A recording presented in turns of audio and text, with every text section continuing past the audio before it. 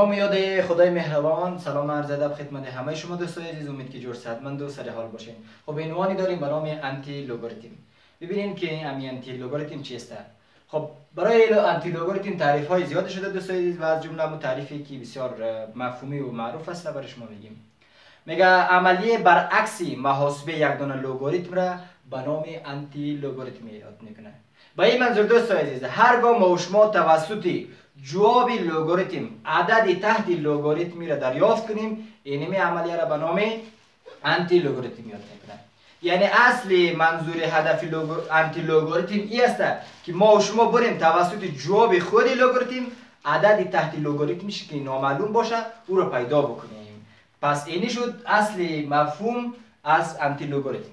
ببینیم اگر داشته باشیم لوگاریتم x به قاعده a مساوی به عدد n، متوجه این قسمت دیگه نه؟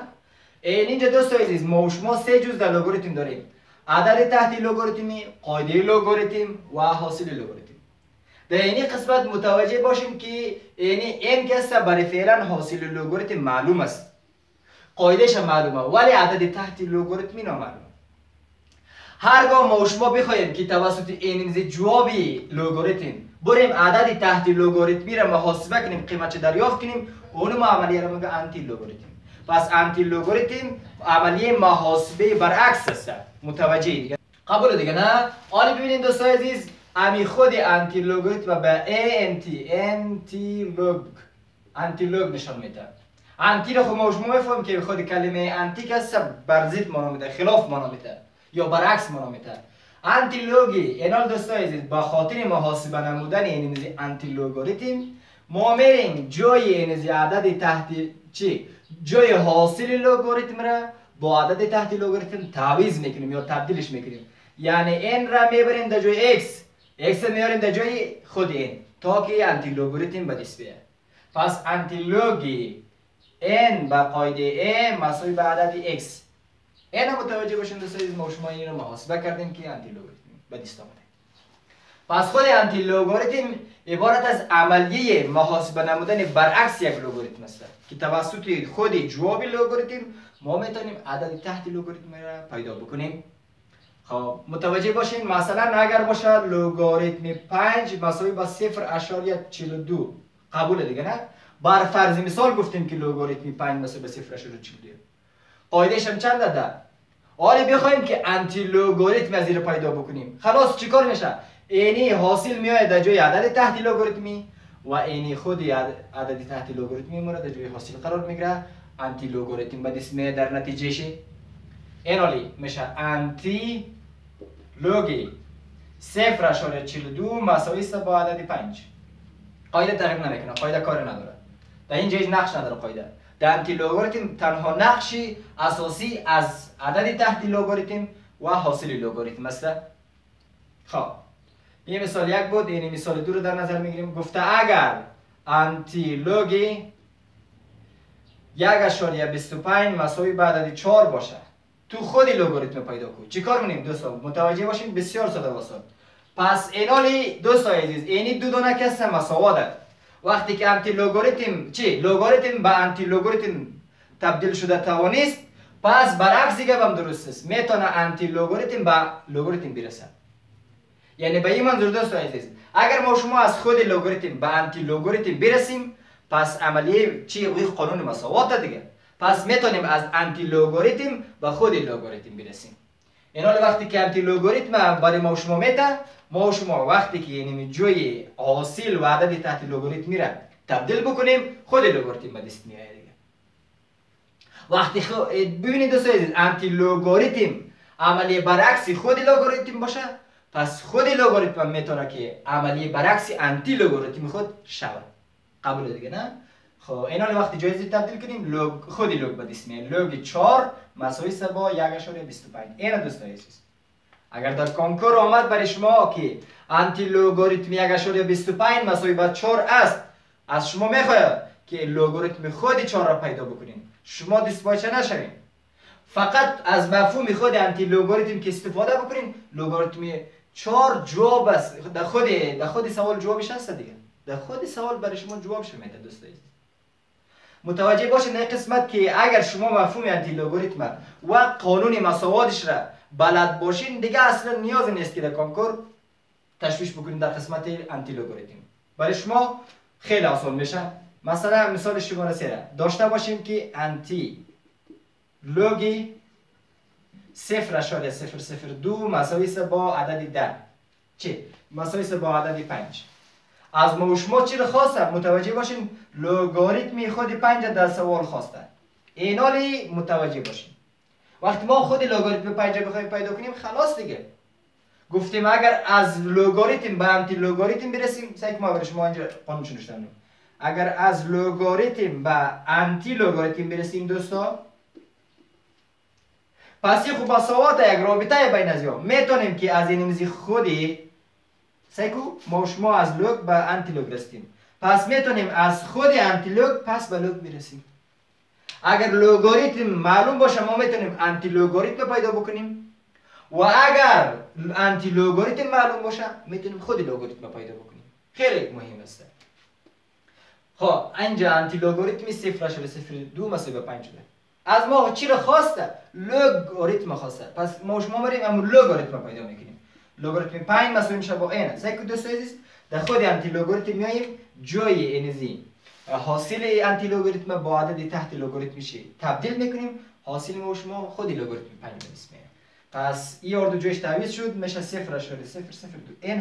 چی کار کردیم؟ بسیار ساده و آسان محاسبه کردیم دوستان.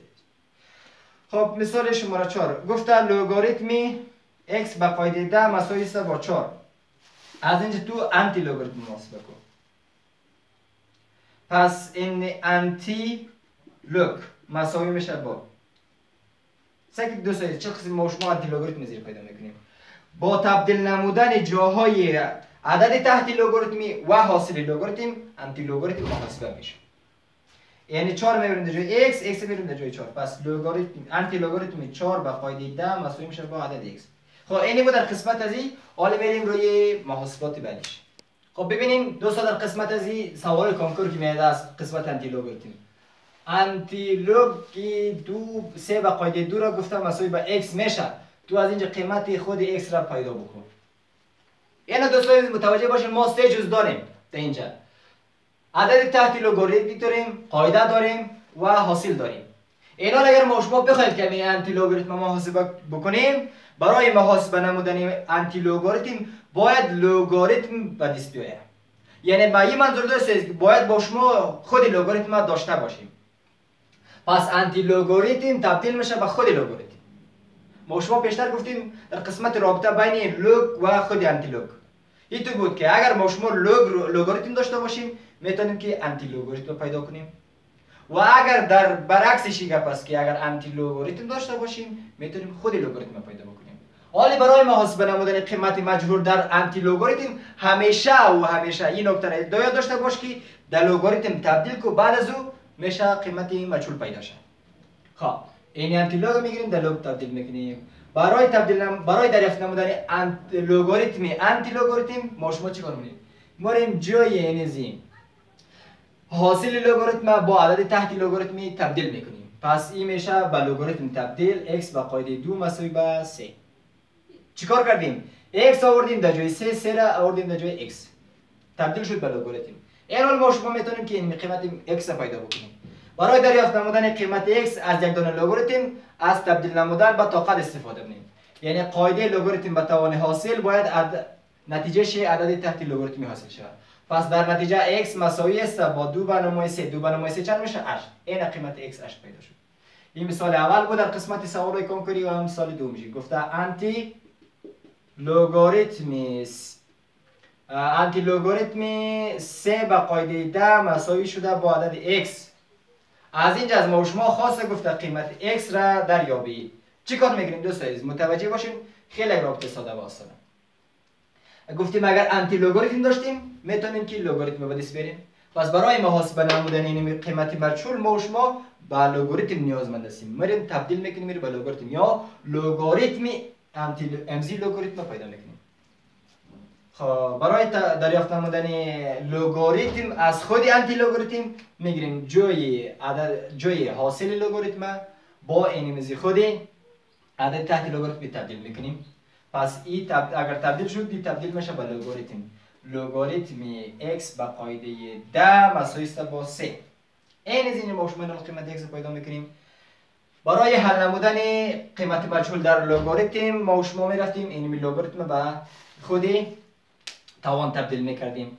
توان چه رقم تبدیل میشه؟ قاعده لوگاریتم به توان حاصل باید نتیجهش عدد تحت لوگاریتم میشه. پس در نتیجه x مساوی میشه با 10 به توان 3 که 10 به توان 3 معادل است با عدد 1000. این دوستان عزیز ما جواب وزیر پیدا کنید بنویسید. خب مثال شماره 3 را در نظر میگیریم. متوجه باشید این قسمت مثال شماره 3. اگر برای ما شما بوده لوگاریتم 8 به قاعده 2 مساوی به 3 از ما بخواهید که آنتی لوگاریتم از پیدا کنیم. آنتی لوگ از این دوستان عزیز ما شما چه رقم پیدا کنیم؟ گفتیم بازم برای پیدا کردن آنتی لوگاریتم جای عدد تحت لوگاریتمی و حاصلش را تبدیل میکنیم. یعنی 3 میاد جای 2 3 میاد جای 8 و 8 میاد جای 3. پس چه کار میشه؟ آنتی لوگ 3 به قاعده 2 مساوی به 8. این دوستان عزیز. پس در نتیجه ما شما اینطور میگیریم اصل هدف خود لوگاریتمی است که ما توسط جواب لوگاریتم عدد تحت لوگاریتم را دریافت بکنیم. اینی بود در قسمت آنتی لوگاریتم.